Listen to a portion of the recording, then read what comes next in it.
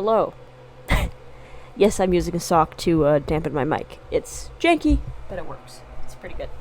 Anyway, welcome back to the channel. And today I'm going to be doing a commentary video. I know, big things for me now, I guess. But anyway, essentially today we're going to be talking about the topic of conservative punks and goths. It's more specifically people who just use alternative subcultures as a costume. But we'll get into that in a little bit. Anyway, let's get started.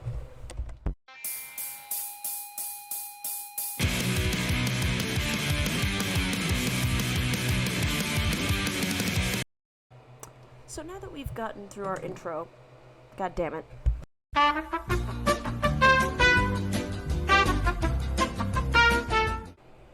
Alrighty. So what is punk and goth exactly?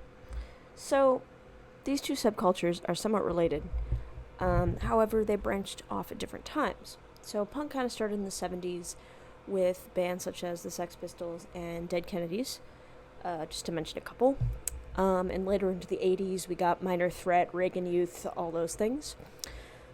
However, today we're not completely talking about the music. We're talking a little bit about music-related subcultures. But anyway, the punk movement kind of branched off into goth during the Reagan era, roughly, like 83, 84, around that time, when he kind of, came into office and so on.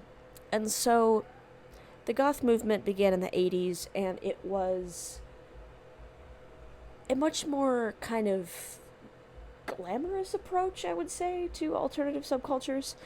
Of course, there are many glamorous punk ladies out there, but goth often had more stuff like corsets and leather and, all those things.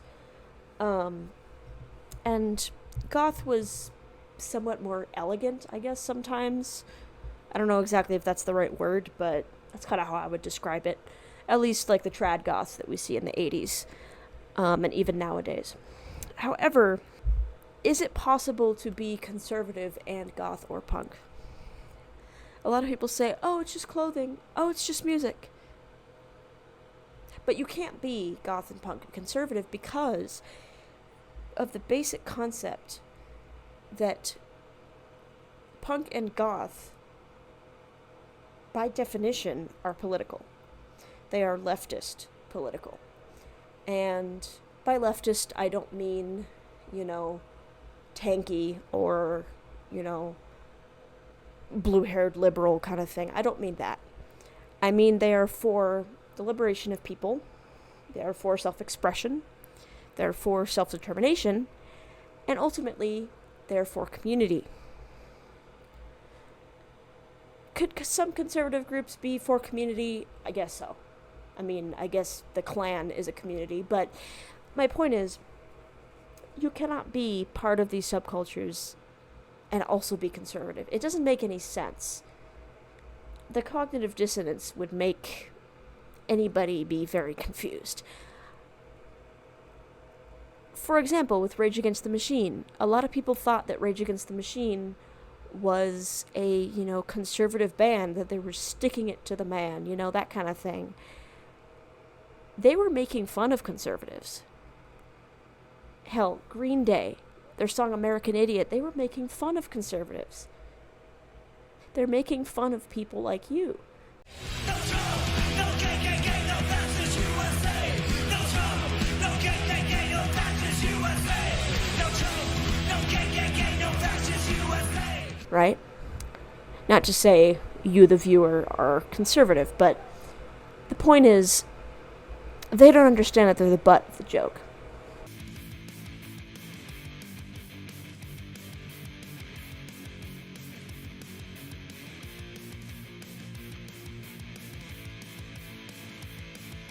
Here's a direct quote from openculture.com in which I found things specifically about Rage Against the Machine.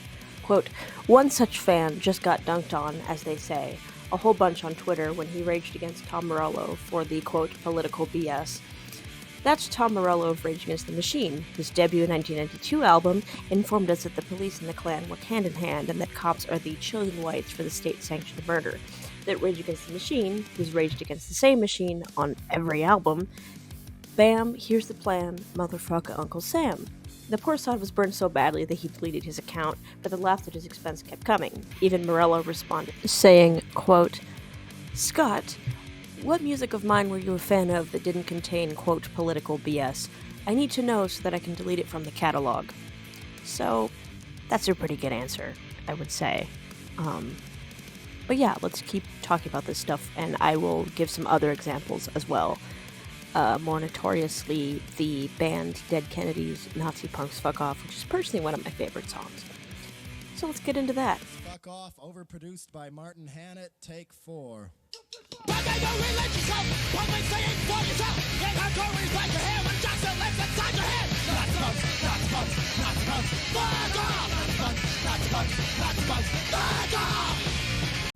So as you can see here, this man who now looks very old, he's about my dad's age.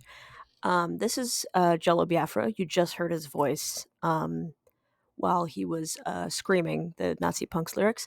And as you can see, he is not a fan of the Fanta-fascist, as some of us call him. The Cheeto Man, as some of us call him. He is a very big anti-Trump supporter. And this image was actually back in 2016, I believe. And there's a later photo in which he wears a t-shirt in which it is printed, "Trump hates me," on the front. So that's about how, the actual people who pioneered the fucking music feel about conservatives. So that about sums up whether or not you guys are allowed to be, one of us or whatever, which you're not. Might sound harsh, but it's true. Alrighty. So next up, we're going to be reviewing some TikTok videos here. So I have a few videos from this creator that is known as Morgan Vidal. So let's get into those. Those should be fun. So I have a few here. I have one with her in her Trump hat, one which is her, quote, response to the, quote, leftist threats. It's just people telling her she's not a goth. She's not getting threats. There is also this video that is, essentially she says, she's like voiceover of this guy saying you're either a Democrat or an American because you sure as hell can't be both, or some shit like that. And the last one is, "You Trumpies, how are you feeling?" And she stitched and wrote, like, "Proud" with a Sia song in the background. She never uses her own voice, which is kind of ironic, but it's also not surprising. So yeah, let's get into that. Let's get into this first one. So here she's wearing a Trump hat already. Not a good look. Let's get started. It says here, them, goths can't be conservatives. And then she says, always have been, always will be. And I think this song is a Marilyn Manson song, which is kind of funny to me. So let's go ahead and watch that.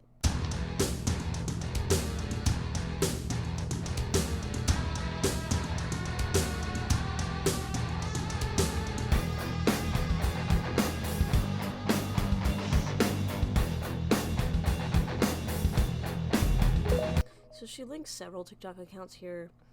I'm not going to go into that, but let's go to the next one. So the quote response to all the leftist threats I get. She uses I think it's a G-Eazy song, I think.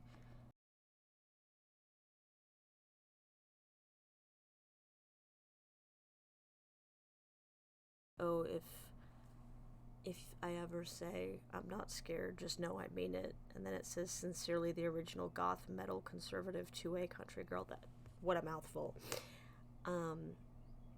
Yeah, I mean, she barely ever shows any of the rest of her face, and it's always some black and white filter or something. I think the only reason why she didn't use it on the Trump hat was so that she could see the bright red that she claims to love so much. So let's get the other one here. You're either an American or you're a Democrat. Because you sure as fuck can't be both. It's sure as fuck. My apologies. So, you guys see what I mean here. And I want to talk about this a bit before we get to our last one, but what pisses me off so much about Trump supporters is the fact that they're supporting somebody who's quite literally for getting rid of the rights of other people. They're for literally abolishing the rights of other people, including women, including a lot of these girls. They don't understand that that's what is being removed, and they think it's a good thing until it starts affecting them. As we see in this last one, we'll watch this one real quick and I'll talk about it because it's related. Hey Trumpies, how you feeling?